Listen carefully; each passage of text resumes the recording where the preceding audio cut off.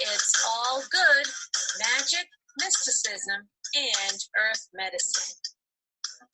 Check us out by visiting www.magicandmedicine.blogspot.com. I'm your host, Dr. Candace Nadine Green. Hello and welcome to another episode of Magic and Medicine. Today you're going to listen to an interview with Sharon Gulley. Now, she's not a typical guest. She has a background in Christianity, but she also talks about metaphysics and the universe and oneness. So I think that she has some benefits to our community in what she shares, although she does talk about a lot of Christian aspects that is not really, playing with our show, but she does have a lot to share. She is the owner and operator of Beautiful Expectations of Faith, which is a place that encourages women to grow in strength and resilience. She is a 7-time best-selling co-author. In combination of, there's quite a few internationally and in the U.S. She has assisted women on a mission enterprises as an assisting editor in the multiple amazing anthologies published by women on a Mission Enterprises LLC, as well as being co-author in many of these anthologies. She is a sole entrepreneur, has written many articles, and is an author, co-author, editor, creative writer, motivational speaker, photographer, and soul healing light worker. She's a domestic violence survivor, a cancer survivor, and a caretaker. So she is amazing in what she has survived. And I hope that you, even though she may not normally fit with our paganism and metaphysical teaching of our show and earth medicine and all that we do have something to learn from her. So in that, she does fit. So I really hope that you take away a lot from this show. Her information will be in the show notes, so you can connect with her at her various links. And don't forget to support our show on Patreon. We're on Patreon under Magic with a K and Medicine, all one word, on patreon.com. Help us, especially during these trying times where things are uncertain. Help us to keep our show running and to be able to afford our recording equipment and all of that stuff. So without further ado, here's our interview with Sharon Gulley. So Sharon, you have something called the Beautiful Expectations of Faith. When I was reading information about you and I looked at it, but not everyone may know what that is. So could you just give us some information on the Beautiful Expectations of Faith? Yes, Beautiful Expectations of Faith for me is about believing in oneself, about believing in the power of the universe, of our Creator, of God, to be able to have faith in the things that we do, the movements that we move in, and the people that we love. So for me, Beautiful Expectations of Faith was an opportunity for me to be able to step out and to be a light in someone's life, wherever that may be needed, that I could possibly be of service. And there's such a great need for us to believe in ourselves today, right? You find that a lot of us are not, we give up too easily. We just don't believe. That's such a big issue. I see it everywhere. There's so many people who just, it's easy to just give up and not have any faith at all in anything. Yes, and I think a lot of it is because we are so caught up in what another person thinks of us. Mm-hmm. We find ourselves being stifled by what someone else's expectation of us is, or what they may say about us. And we have to understand, I know this is so cliche to say this, but at the same time, it's so very important. We have to understand that each one of us are very important in this life. Each one of us was given a mission before we ever entered into the earth realm. To be exactly who we were created to be, and that is something to take pride in. And I'm hopping back on this of believing in ourselves. I mean, when we look at society and what they expect, what society expects us to be, I mean, it's so cold. It's so, there's no depth to it. As if you can follow me on this tangent I go on, there's no depth at all to it. And it forces, and when we worry about being made fun of or ridiculed, I mean, that's what people do. They ridicule you for seeing things differently than they. And then that's what causes a lot of people to just not have any more belief, the belief in the unseen, our disconnection with the universe, all of those things. Yes. And I truly have worked for a very long time on speaking on these topics about being able to find your inner self, your inner calling, your inner strength, and to look inward for your pat on the back, if you want to call it that, self-support, because you become stronger when you self-support yourself and you're not looking to another to do that for you. It helps to take away a lot of those challenges. Now, you mentioned that you help people find their inner strength. How do you do that? I mean, what are some strategies? I mean, how would the average person be able to find their inner strength when they don't even know where it is? Well, first you want to talk with yourself, most definitely. You want to find what is important to you in your life, what is allowing you to be creative of who you are. We activate ourselves when we take the time to go in and really find out who we are and what our soul really wants. And once we ask ourselves these very important questions, what makes me happy? What do I want to do? What makes me lose track of time? What am I good at? What do other people trust about you when you speak to them? What do they find value in when you speak to them? These things are trigger points. And each one of these trigger points strengthen us as a spiritual being because it allows us to see ourselves for who we truly are. And then we no longer look and we're not willing to sacrifice or give up our greater purpose to another person's thoughts or ideals. That creates those blockages for us. That's one of the biggest things I love to teach is to find out what your soul wants and work from there, because that's how you're going to self-activate yourself. See, this is such a recurring message of finding who we truly are. I mean, we hear it in so many things, and even in children's cartoons and movies.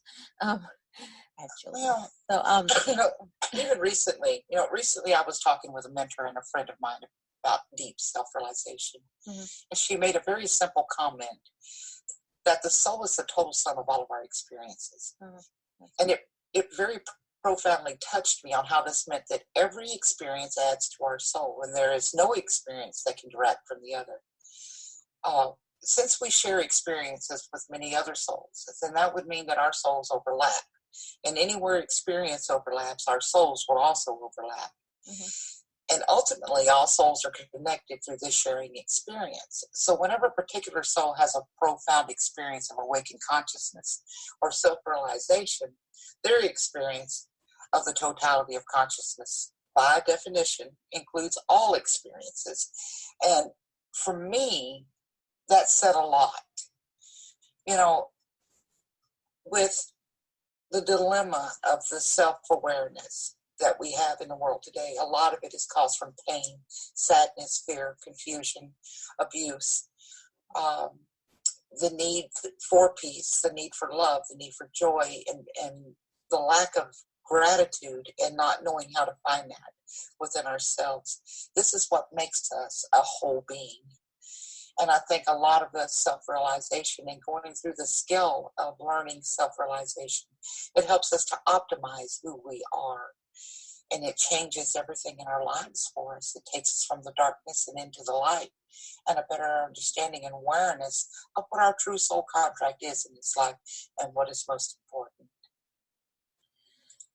You know, I think I read your article that you wrote a few years ago called titled "I Am Sharon," and it was very, very moving. I do have to say, I mean, you are an amazingly strong woman. And two words that I got out of reading the article were freedom and fear. Yes. And how they play a role in discovering self-realization and things like that. Do you want to, tell us how, with your story, how that ties into self-realization, freedom, and fear, actually? Yes, absolutely. The fear part started for me as a young girl at the age of 13, going on 14 years old. My mother had went through, and it took me many years. I must say this before I go into this. It took me many years to understand that for women, that hysterectomies can be quite spiritually overwhelming, mentally and physically and spiritually. And my mother suffered from it tremendously. And at a young age, because things in life had become so overwhelming for her, she gave me away. She just literally just tried every way in the world to get rid of me. And at the time, my sister had brain cancer. She was very young, and my brother was very young, and I had become such a caretaker for them that it was quite overwhelming. The fear began there when I knew that I would have to leave, and I wouldn't be there if she passed away, or I wouldn't be there for him if he needed me. It wasn't the fear of having to go into the world alone at such a young age, because I think spiritually I've always known that I belong to God. And I know I say that in a realm that I want people to understand, each of us have our own spiritual beliefs and our own spiritual standings. But for me, it's always been God. And I knew that I would be okay no matter what. I somehow came into this life with that strength.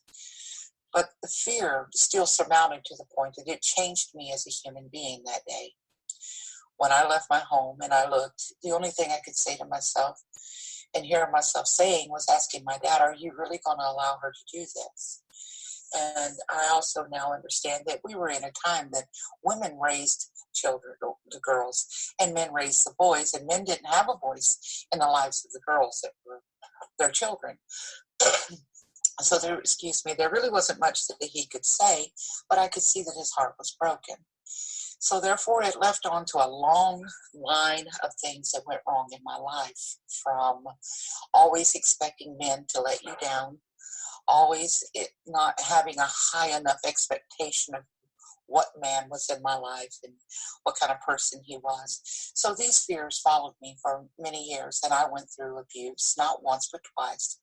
I went through 2 divorces. Both times I have been hospitalized on many occasions for some extreme amounts of abuse that lasted for many years. I never believed in myself, or I had the fear of never being good enough in anyone's eyes. And funny how life is, because things turned around many, many, many years later. My sister wound up passing away, but she passed away at the age of 34. And fear again came back to me when I lost her. Then father followed her 1 year, 1 day, 1 year, 1 month, and 11 days later, dad died of cancer. And it wasn't very long after that, mother was stricken with Alzheimer's and dementia.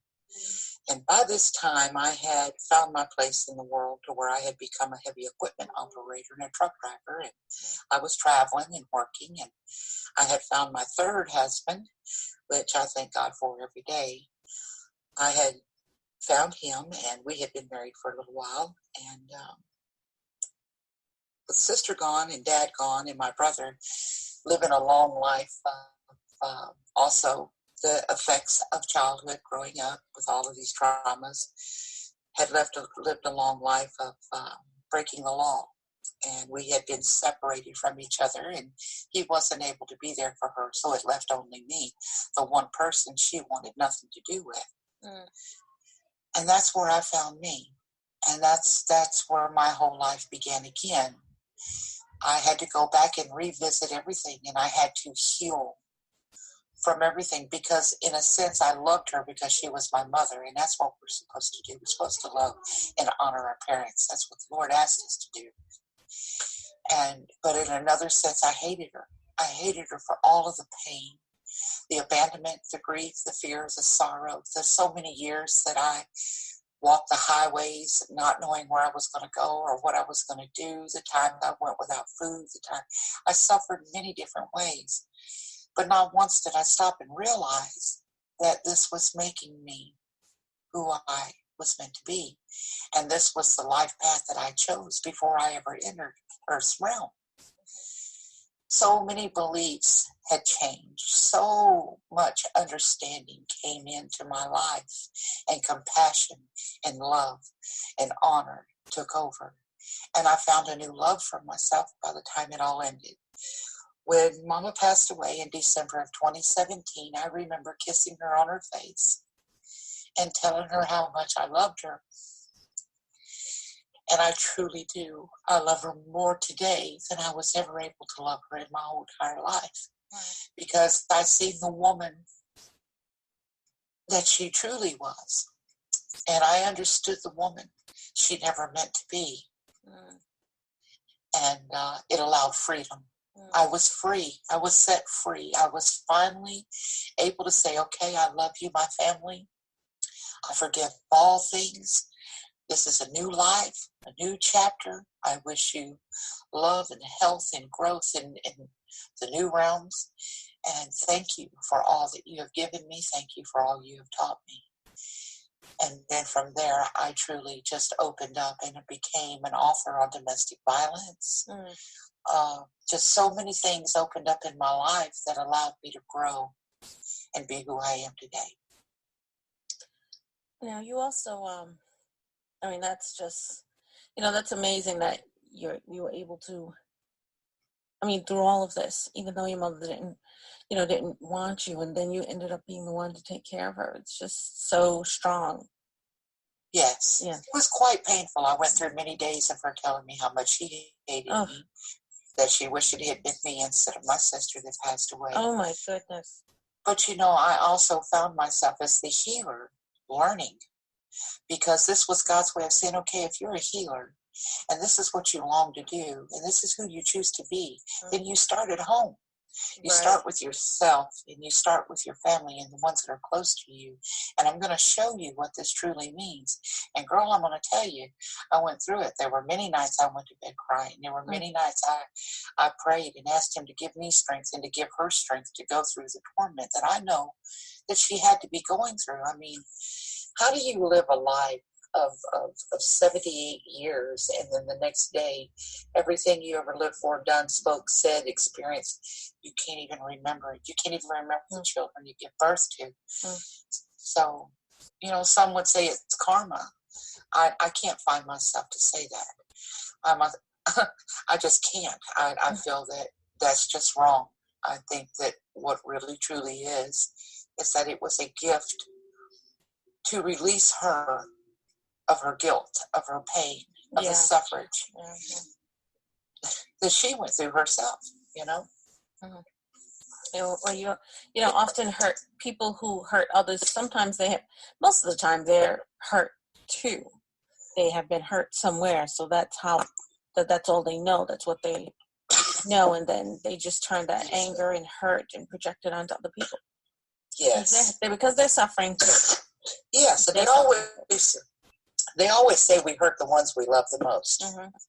And I had to keep telling myself that. She must greatly love me because everything she it's all on my shoulders. Mm. She puts it all on me. So therefore, she must think that I am very strong and that she's depending on me.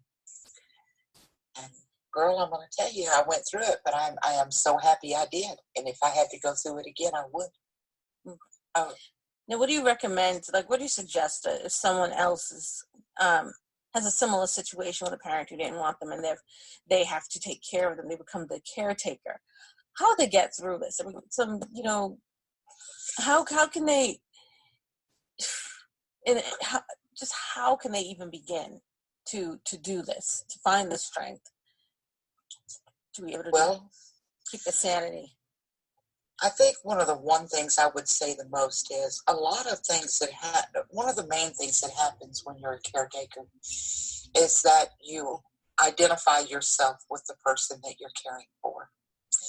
And you empath upon each other. And somehow you lose yourself and you become the person that you care for. For me, I would say, don't allow that to happen. You have to remember that even though they're a loved one or a friend, a spouse, and even though you love them, you're their caretaker. And you have to remind yourself every single day that what is happening to them is not personal to you. You have to make sure that you take time away from caretaking to spend with yourself. Don't allow yourself to be there 24/7 the way that I did.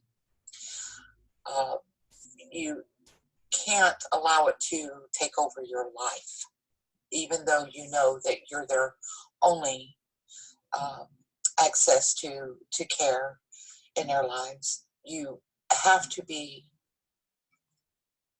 take yourself just as important as what they are. Because if you don't, it will suck the life completely out of you. I have found times that I ran for probably 5 years on 4 hours worth of sleep in a 24-hour period. And it took physical toll on me. It took mental and spiritual toll on me. And it wore me down to the point to where when Mother did pass away, I didn't know who I was for a long time. I had to take a 2-year hiatus and walk away from everything to re-find myself again, because I was still waking up every 2 hours and going to that room. I was still making a plate for her before I made a plate for anyone. It just completely engulfs your entire life, and you can't allow that to happen. That's the one thing I think I would change, is that I would learn how to manage my time more effectively. And that's crucial in taking time for yourself. Now, yes. you wrote an article about physical pains and metaphysical meetings. So we don't often associate or connect physical pains and metaphysics. So how are physical pains and metaphysics connected? How can we see their connection? Well, everything on the physical plane is a manifestation of something on the metaphysical plane. When we speak of abundance, what we're really talking about is an abundance of emotional, mental, and spiritual energy. And we fill ourselves to the brim with these energies, and it is the overflow that is manifested on the physical plane. For me, the metaphysical part is our spirituality. It's a great part of spirituality. And we forget sometimes, because we're in human form, we forget that we're actually a spiritual being. Mm-hmm. And when our spiritual being isn't well, our physical being isn't well. Mm-hmm. And I think a lot today, I give so much credit to so many metaphysical clinics today that are backing up what, modern medicine. They're starting to understand now that it takes more than just medication. It's mental, spiritual, emotional. And, when you treat someone, you need to treat all levels of the person and not just what is being brought to you on the medical field. Just, realistically, when our body refuses to do what we want to metaphysically, spiritually, that it's not actually broken. We're not broken. It's just a function that is happening to allow us to understand the higher energetic planes of what we need to interpret to add to Western medication to help us, new ways to approach pain. Because I've seen so many people, and again, back to my mother, she had osteoporosis as well. And her doctor, when I first took over with Mother, they had her on Lortabs, and she had been on Lortabs so long that it took me 4 years to get her off of them. And she suffered severely from it. She suffered digestive problems. She suffered colon problems because, medical doctors are so quick to say, well, here's something for the pain. Take this for the pain. Take this because this is this disease. Here, this will numb it. Here is, we'll cut this off and help this organ. And I watched her go through so many different changes, spiritually, mentally, physically. I mean, her body was like, they used her as a guinea pig. And I just basically finally just had enough. And I just told them, that's it. That's it, that's it, that's it. We already understand that we're at the point that there's no return. So what we're going to do now is we're going to holistically heal, and we're going to help her ease these things without all these medications. So that's why it's so important for me when I talk about physical pains and their metaphysical meanings, because of the path that she walked and the path that I walked with her, and so many do in the world today. And, I like that you combine the metaphysics as well, because, we need to stop just looking at things as black and white. I mean, that goes for everyone in society. We don't look past that. We often look at things black and white, put a Band-Aid on it, and leave it alone, and not trying to look at what's beneath the surface and all of the other aspects of the person, because we are more than just what we see. We are more than our pains. Yes. And that's what gets me about medication. I mean, granted, there are some things that really, really do need it. But then there are others that you just put in this garbage in your body, and it's not helping with the whole person. Absolutely. And that's what I love about healers, because healers are trained in the field of observation and interpretations of signs and symptoms, and new, the old ways of methods in healing and dealing with them and allowing the body. There are so many of us out here today that our bodies are rejecting antibiotics. We're rejecting the medications that are given to us. They're not working anymore because the body has just been overloaded with so many chemicals for so long now. So I've always felt that in the end, we would wind up going back to holistic healing. I agree. It'll be the only way our bodies will be able to be receptive to what is being given to us. I mean, like what's going on in the world today right now is a true example of what I'm saying. They got no antibiotics is working, this is not working, that is, no. So now let's go back to the chalkboard. Let's go back to the days of the Bible when they went through these horrific diseases and all these different epidemics that went through in that time. And let's read about what they did. And let's go back and let's try this and see if this can make a difference. And I just, with all my heart, feel that it would. It truly would. Yes, and since our show here, we usually talk about a lot of the old ways that we've forgotten. I feel like that the world, and we see it in so many things, that we're realizing that we need to, we're awakening to the old ways. That's what I like to say. Absolutely. We're realizing that those things were important and they were helpful.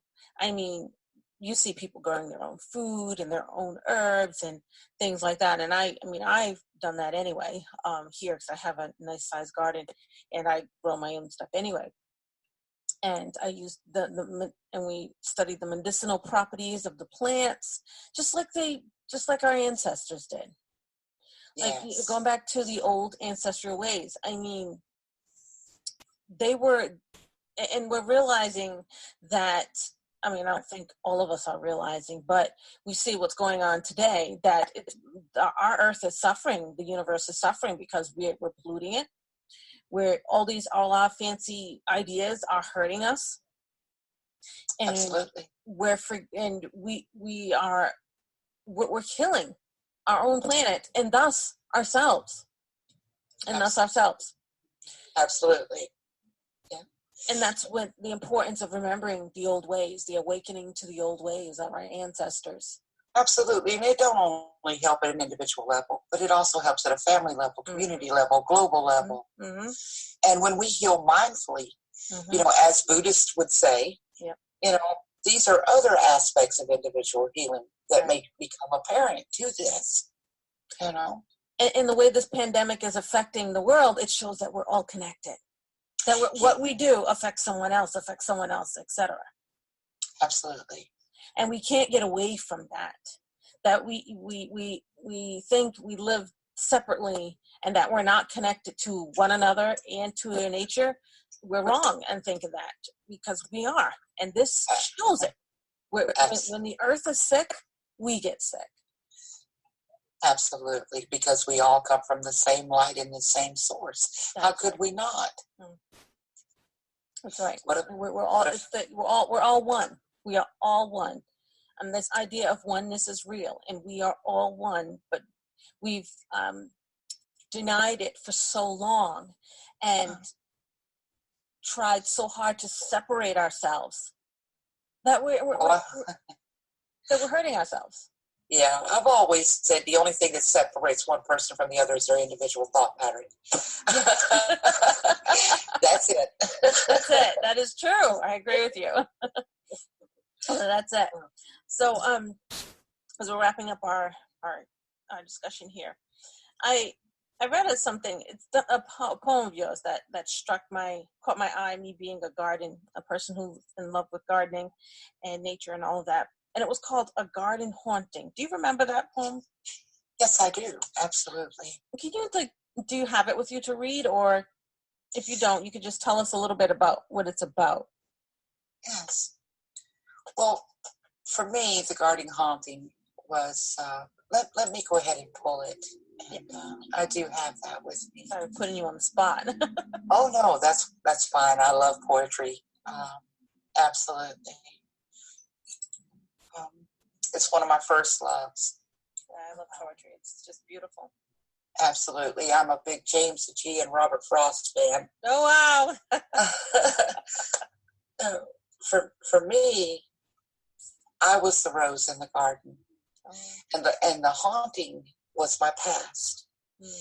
And it was a way for me to go in and heal all that was wrong so that I could find my work here on this planet, so that I could do what was expected of me as a soul journeyer. And the poem goes, there is a rose out in my garden that only blooms at night.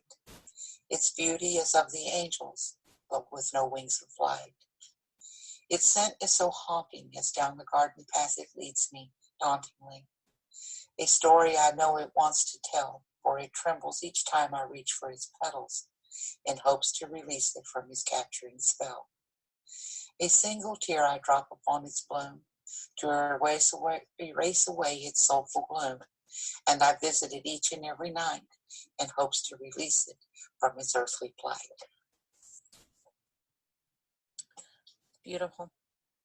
Thank you. And I love how you you represent yourself as nature. Again, my theory about us, of my belief that we're all connected. And I like that you are, the rose represents you, and that it's a very naturey poem, which I like. Yeah. It's a very personal poem for me. Mm-hmm.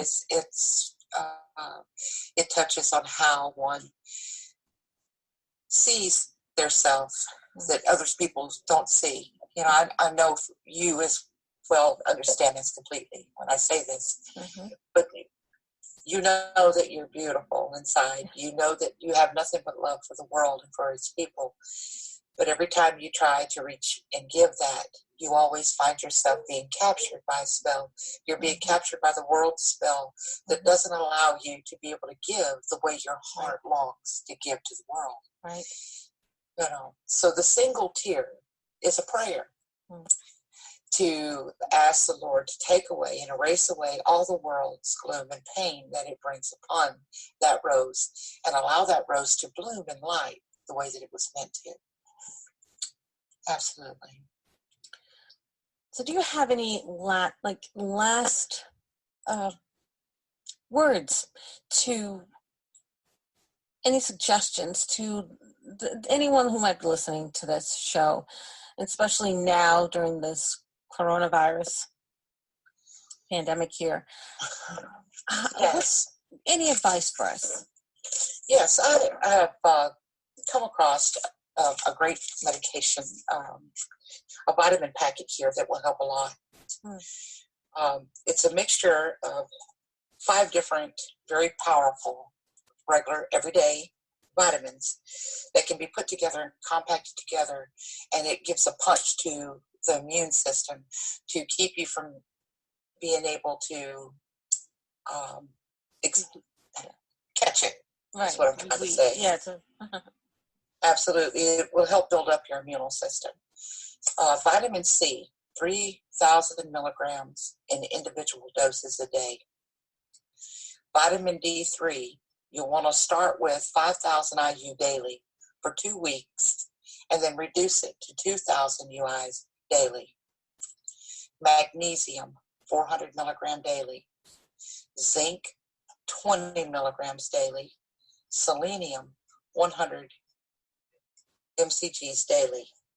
Now, what this will do will pack your system, compact your system to the point to where the coronavirus cannot get into your immune system. It cannot get into your bloodstream.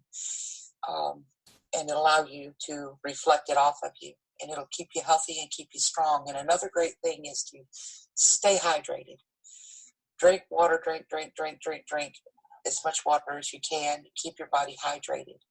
That way there, the immune system has the water will impact the vitamin C for sure, and help you to keep yourself hydrated.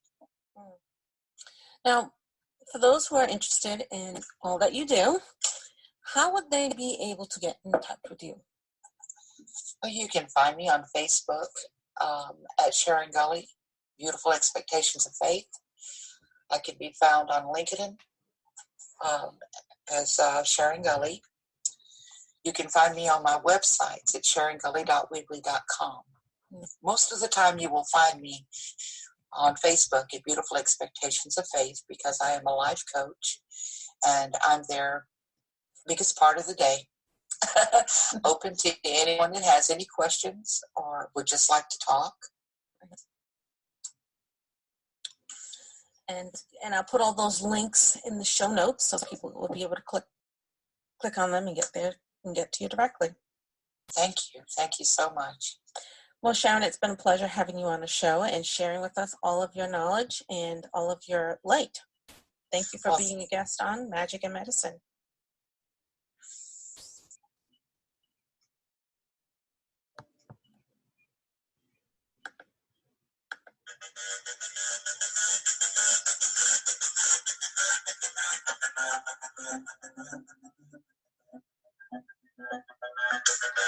Thank you for listening to It's All Good, Magic, Mysticism, and Earth Medicine.